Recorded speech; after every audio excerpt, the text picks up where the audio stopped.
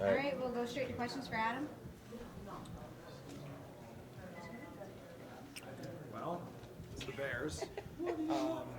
I guess, how do you feel returning from London, everything that you guys kind of put your bodies through, and then a very physical game now coming back home? Yeah, good. Honestly, I think our staff organization did a great job of kind of planning to be able to feel good on Sunday in London, but then also be able to transition and come back and not have to take 3-4 days to get back on our time. So I think it was like a really good mix. Obviously, they did their research to be able to still feel good, but still be able to not really fully transition to London time. So, but yeah, feel good. How different does this Bears defense look, just both in personnel and obviously the scheme? Yeah, a lot different personnel, obviously, but and scheme, yeah, definitely. It's totally different. You can tell though that they're bought in. They're playing fast. They're playing physical still. So you kind of see some of the similarities in the way that they play physical, hard-nosed defense. But the scheme is a lot different and the personnel is a lot different. But we're expecting their best on Sunday, that's for sure.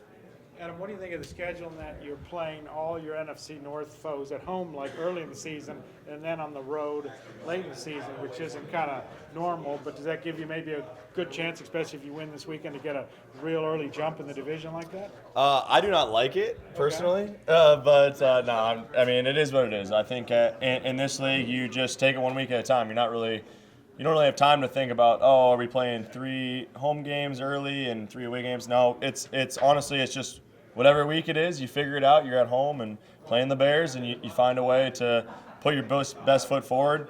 When you first see the schedule, do you look at those last few games and see where they're at? Yeah, for sure. And you don't really want to play at Lambeau, and you don't really want to play at Chicago late in the season. But it is what it is. Like I said, you show up on Sunday and you find a way. When you guys looked back through the tape, Kurt talked about opportunities that he felt like he missed. I guess, how do you guys kind of view that when you miss opportunities? It's like that they'll be there in the future and you just have to kind of make those plays? Yeah, well, there's a few things on that. I think number one is you're going to look at every single game, no matter what team you are, and you're going to say, man, we missed an opportunity there. That's just how this game works, right? But at the same time, I think the best teams, they look at those opportunities and they say, okay, how can we best be prepared to have success with those opportunities moving forward? So there's a lot of things that go into that. The way you practice, the way that you detail your stuff from the top down, from receivers, quarterback, O-line. Everybody's got to be on the same page. How you detail that throughout the week of practice. There's just so many things that you can do to really learn from that stuff and then hopefully capitalize it moving forward. But at the end of the day, you're not going to capitalize on every play, and you have to understand that as well. And you have to use that as experience going into a game, saying that, if we don't make those plays early, stick with it, trust it, because you're not going to make every single play. And that next play might be the biggest play of the game. So just focusing on that. Kevin O'Connell talked about just like Justin not showing frustration. It's one of the internet's favorite things, and I'll take no responsibility, is like looking at receivers going like this and saying, is he mad at the quarterback? And kind of, I guess, how do you deal with that? It's an emotional game. Of course, you're going to react to things, but dealing with that, reacting to things, but sort of staying in the moment, making the next play. Like, how do you kind of handle that? Yeah, it's tough because I feel like you have to be emotional to play this game at a high level. You have to be intense. You have to be kind of have that different mentality on the field. So it's a really tough balance to kind of find that happy medium. And sometimes you go a little past where you'd want to go. But I think it's how you respond. You go to the sideline, you calm down, you talk it through with the quarterback, the offense coordinator, the coaches, your other receivers, and then you move on. And I feel like, again, the teams that do that the quickest, the best, they communicate the best, and aren't taking offense to things throughout a game. I think those are the teams that are able to handle some adversity and able to really use that throughout a game and take advantage of it later in a game. But it's a difficult thing to do for sure. I'm sure you see it in the interventions sometimes, right? Yeah. From time to time. Yeah, I feel like for us, we don't see what the quarterback sees, and he doesn't see what we see. So sometimes there can be a little bit of disconnect there until you get to the sideline. And so I think that's why it's so important to have communication, have dialogue, and come to the sideline and say, hey, this is what I saw. And then he can be like, well, I would love that, but I got hit, or maybe that wasn't part of my read. So I think it's just so important to have that constant dialogue.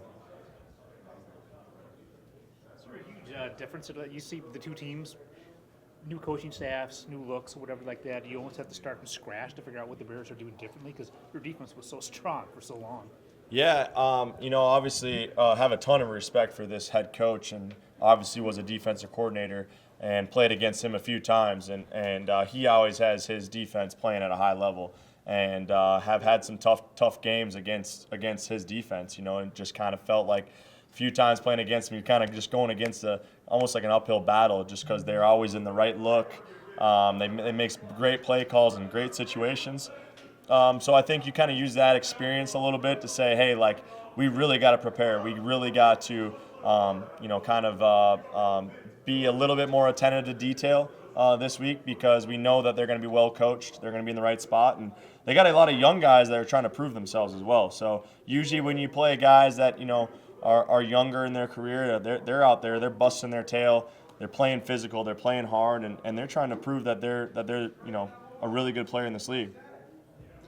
Feel pretty good. I know you got your leg rolled on a couple times last week. Are you going to say yes? But do you have any limitations at all, or you just have to be a little more careful?